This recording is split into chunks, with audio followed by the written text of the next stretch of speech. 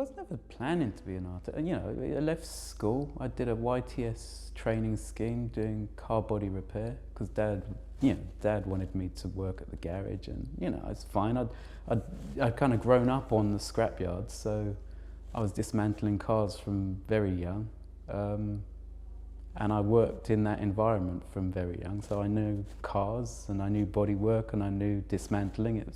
That's life, and it was almost seemed that that's what I would naturally do. And you know, you go to the careers office and you don't have a thing that gives you the option of being an artist. You know, if you're going to be an artist, what sort of thing? Are you going to product design or this or that? And you need to go to college and university and spend all these years doing stuff, and it all seems so overwhelming. So it was never a plan to go to art school.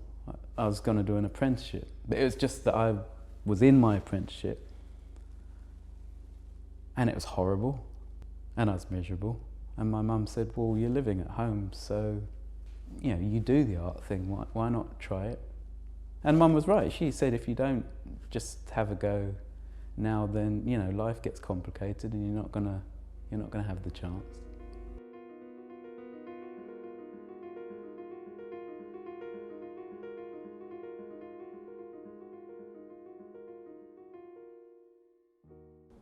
It's funny starting a portrait because I forget how nearly every time, every time. And so I have my tools, and I have my canvas, and I have somebody in front of me. And then I'll mark the top of the head, bottom of the chin, 10 centimetres. I like 10 centimetres. And then I'll just begin.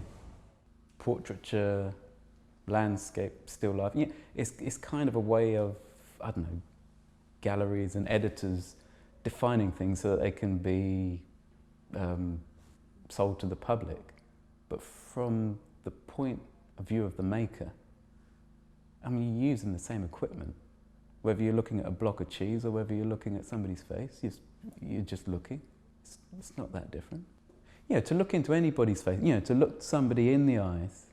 I remember from young, it's unnerving. What happens? There's electricity. There's something, that awareness. We've spoken about this before. And so how do you get past that? You face it down, and then it stops being so overwhelming because you're just traveling over it. You almost spend so long, you've lost the spark.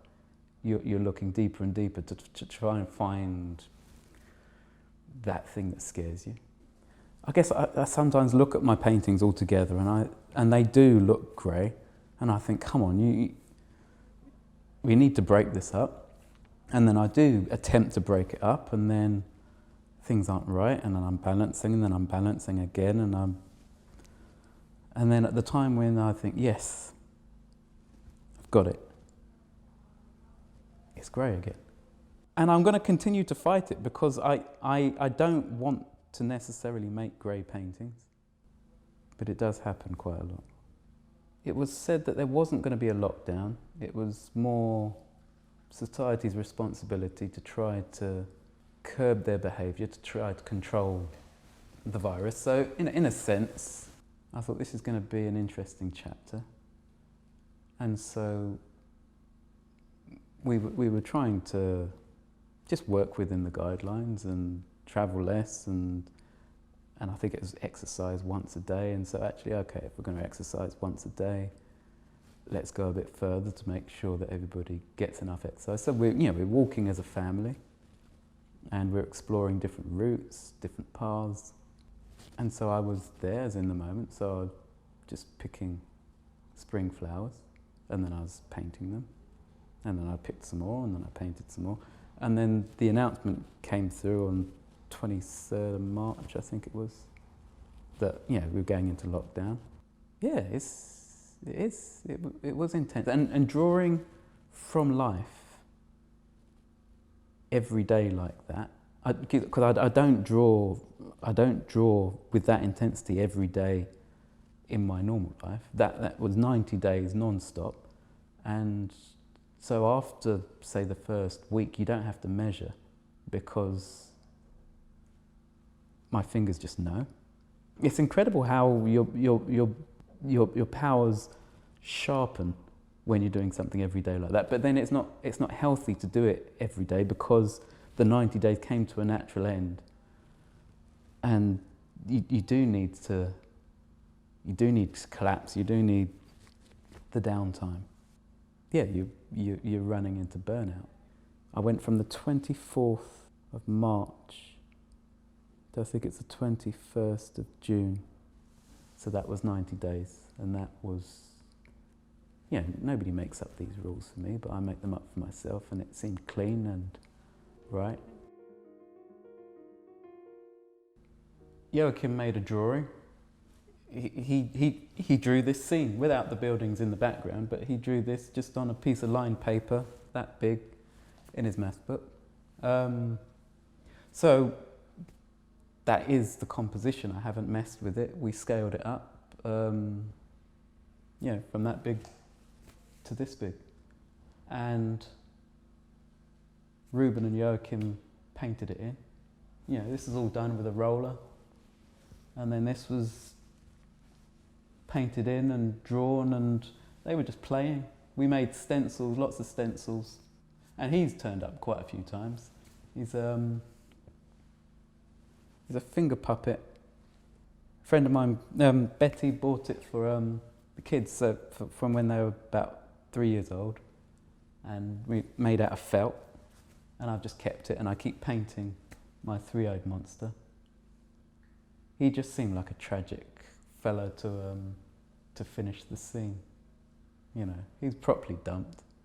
But the seagulls, they were done by the kids. The dump was done by the kids. I put a bit of red under the wing. Like I balanced things a bit. In a sense, I put some filters and gave it a bit of drama. We're bringing our skills together to be able to put this out there. But the truth is, I don't have authorship. I did write my name on the back. And I do feed my children. So, but this one, because we worked on it together, I put Nathan Ford. I should put Nathan Ford and Co. I guess I have been trained in that I went to art school. Yeah, what does it matter if you've been to art school, if you've apparently been trained? I guess when I went to art school, it was all about not being trained. It was all about let it flow, man, let it be. And the whole painting thing was irrelevant. Because I was at art school 97 to 2000, so, you know, that's sensation sort of time. Everyone wanted to be picked up by Charles Saatchi, be validated by him or some other rich businessman. You know, what's that got to do with training? So the fact that, you know, of course the kids are trained. They're kids. I mean, they are the most trained. It's all these stupid artists kind of trying to fluff around and try to make genuine work, which are, they're the laughable ones. You know, the kids have got it. Of course they've got it. Well, the ribbon was, it was liquid pouring out of a bottle that's on its side, which I guess his leg has gone over. And we had fag ends all strewn along here as well. There's one still. Yeah, they're still there. And the bottles, and they were, I guess, they're compositional aids. But, you know, I quite like them almost bobbing along there. They're almost like a little audience, but they carry you through. And they're discarded. They're junk. He came along quite late, and he was probably the last thing that came in and pulled everything together. I've had him for years. He's hanging up in my studio. Yeah, he's just been dangling around for about 25 years. And I needed to fix, and he was there, and he agreed. So we did it. And he does look like an old romantic. He's just accepting the life he's born into. But it started with the news items where I think before lockdown, people were going to the beach, and you just, and on every site there was just bodies littered on the beach, and then when the bodies left, they just left their flip-flops and McDonald's and just junk everywhere. And yeah, that's just what people do. And so I made a painting. All I can do is make a painting.